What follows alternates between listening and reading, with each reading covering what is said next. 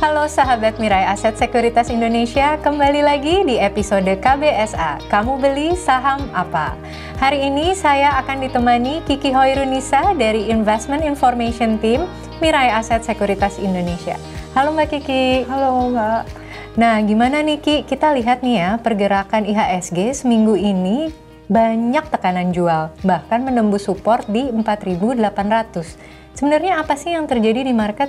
Jadi sepanjang minggu ini market kita dipengaruhi oleh sentimen dari global maupun domestik. Untuk globalnya sendiri datang dari Eropa. Disebabkan oleh di sana itu ada wacana bahwa akan terjadi lockdown. Hal itu mempengaruhi estimasi proyeksi recovery ekonomi di sana. Selain itu juga ada indikasi fraud di bank-bank raksasa di dunia. Oh, yang ada Vincent Files iya, itu benar ya? sekali. Nah, dari situ merembet ke market kita, terutama ke sektor banking. I see. Seperti itu. Selanjutnya untuk kasus COVID sendiri yang ada di Indonesia, sepanjang minggu ini selalu breaking new high record ya Mbak. Terakhir pada hari Kamis, tercatat ada 4.634 kasus dalam sehari. Bagaimana dengan data perekonomian market lokal? Pada hari Selasa, Ibu Sri Mulyani mengumumkan bahwa pemerintah menurunkan proyeksi ekonomi tahunan kita di tahun 2020, di mana menjadi turun minus 1,7 sampai positif 0,6%. Sedangkan untuk kuartal 3 sendiri diprediksi minus 2,9 sampai minus 1,1%. Jika hal itu terjadi, maka dapat dipastikan bahwa di Q3 kita akan mengalami resesi. Mengingat pada Q2 kita sudah mengalami penurunan ekonomi sebesar minus 5,32%.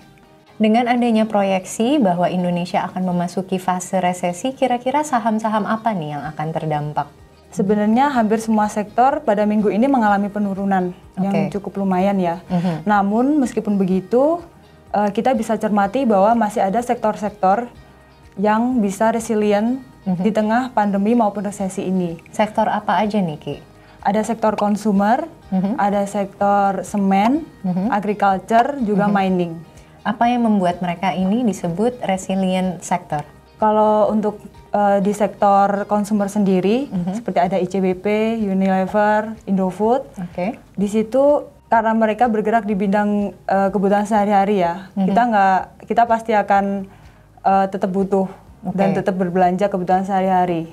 Kalau untuk sektor infrastruktur, kita memilih saham-saham dari penyedia tower, seperti saham TOWR dan TBIG. Kenapa? Karena pada saat seperti ini, di saat adanya PSBB, work from home, learn from home, dan juga pembatasan sosial, frekuensi penggunaan internet ini semakin tinggi, dan di satu sisi coverage para provider komunikasi ingin memperluas coverage mereka. Jadi saham-saham seperti Tebik dan Tower ini sangat diuntungkan. Jadi ada kebutuhan untuk infrastruktur telekomunikasi tersebut ya? Iya, benar.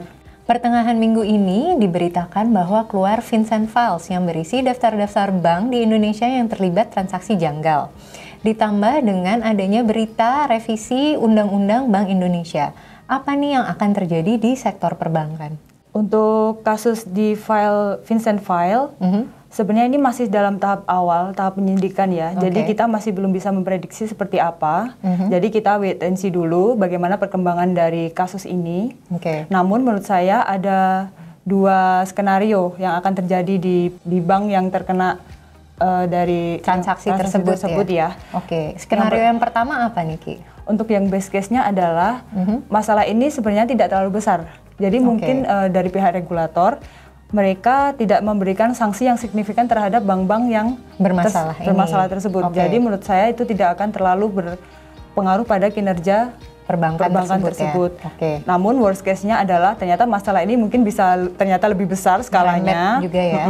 Jadi dari regulatornya sendiri memberikan sanksi yang signifikan terhadap kinerja perbankan. Namun saya rasa karena saya sudah baca list-listnya dan di situ memang ternyata bank-bank besar yang ada di dalam yang disebutkan di sana. Daftar itu ya. Dan tapi menurut saya karena mereka itu besar kan ada istilah too big to fail ya. Jadi mungkin tidak mudah juga gitu untuk mengusut kasus ini. Mari kita lihat saja bagaimana perkembangannya atau nanti apakah ada intervensi secara politik maupun pemerintah. Kita tunggu aja ke depannya. Itu terkait Vincent Files. Nah, tapi bagaimana dengan performa sektor perbankan itu sendiri? Untuk Q3 2020 diprediksi akan rebound ya dibanding second Q. Namun sepertinya lebih rendah dibanding performa year on year tahun lalu sebelum ada pandemi. Karena begini, ketika di bulan Juli Agustus sektor perbankan sedang mengalami pemulihan ekonomi karena adanya pelonggaran, tapi harus terhenti di bulan November.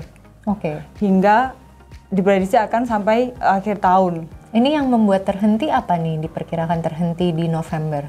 Yang pertama sebenarnya kan dari PSBB itu sendiri lumayan berpengaruh sih bagi industri perbankan. Iya, karena apalagi di akhir tahun seperti November dan Desember itu biasanya adalah peaknya dari industri perbankan karena di situ akan ada banyak loan yang masuk. Jika ekonomi masih terhenti atau mengalami pelambatan, maka bisa dipastikan bahwa di 4Q nanti hasilnya akan turun lagi. Karena permintaan kredit juga menurun ya. Iya. Selain berita-berita sentimen negatif yang kita dapati minggu ini, terdapat satu nih angin segar terkait berita PPNBM yang diharapkan dapat menggerakkan sektor properti dan otomotif. Kira-kira saham-saham apa ya yang berpotensi cuan? Kalau dari sektor otomotif sendiri, menurut data Gaikindo, mulai dari bulan Januari hingga Agustus 2020, penjualan mobil nasional itu sudah turun 46,4%. Jika PPNBM ini diterapkan, maka bisa berdampak pada menurunnya harga OTR kendaraan baru. OTR nih on the road ya? On the road. Nah, dari situ diharapkan bisa mendongkrak daya beli masyarakat. Jika hal itu terjadi, maka saham yang diuntungkan di sektor otomotif seperti Astra International dan IMAS. Kita bisa lihat di bulan Januari, harga Astra International itu ada di sekitar 7 ribuan. Dan pada bulan ini ada di sekitar 4.500-an. Sedangkan untuk saham IMAS-nya sendiri ada di harga 1.000,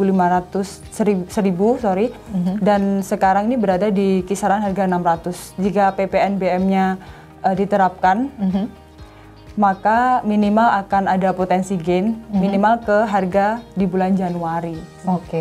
Pepatah Warren Buffett yang mengatakan be greedy when others are fearful ini mengatakan sebaiknya membeli ketika harga saham itu terdiskon. Tapi apakah this is the time untuk membeli saham-saham yang tervaluasi murah? Jika melihat pergerakan harga saham akhir-akhir ini, dari September saja misalkan, sebenarnya sudah banyak saham-saham yang terdiskon. Otomatis valuasinya juga sebenarnya lebih murah. Selain itu, di Q3 ini sebentar lagi kan juga akan ada rilis laporan keuangan. Biasanya hal itu dimanfaatkan sebagai sentimen-sentimen untuk menggerakkan beberapa harga saham. Nah, tadi kita berbicara tentang valuasi. Boleh diceritakan sedikit apa aja sih yang menjadi menu pilihan para trader Mirae Asset Sekuritas Indonesia? Sepanjang September ini, saham-saham yang banyak ditransaksikan itu banyak terdiri dari sektor perbankan. Seperti ada BBCA, BBRI, BBNI, BRIS, dan BMRI. Dikabarkan selama pandemi ini, transaksi bursa ini sangat bergairah oleh para investor lokal. Tapi hal ini terjadi sebaliknya untuk foreign transaction. Bagaimana dengan foreign transaction yang terjadi seminggu belakangan ini? Sepanjang minggu ini, dari hari Senin sampai Kamis, tercatat asing net sell ya, sebesar 1,7 triliun rupiah. Cukup besar ya? Cukup besar untuk minggu ini. Dan saham-saham yang banyak dikoleksi asing di minggu ini tuh ada UNTR, MDKA, Tower, BTPS, dan juga BRIS. Nah, bagaimana dengan saham-saham yang dilepas oleh asing? Sepanjang minggu ini, saham-saham yang dilepas asing ada BBCA, BMRI, BBNI, Telkom, serta BBRI. Jadi justru asing melepas saham-saham perbankan big cap ya? Ada alasannya kah? Saya rasa asing banyak melepas saham-saham di sektor perbankan karena mereka mungkin sudah memprediksi ya bahwa akan ada perlambatan ekonomi di Indonesia. Selain itu, mereka mungkin juga wait and see laporan keuangan di Q3. Mungkin mereka menilai bahwa NPL-nya itu bisa menggerus kinerja saham-saham perbankan. Nah, pertanyaan terakhir nih Mbak Kiki. Kira-kira untuk minggu depan saham-saham apa dan sektor apakah yang kira-kira bisa menjadi menu rekomendasi?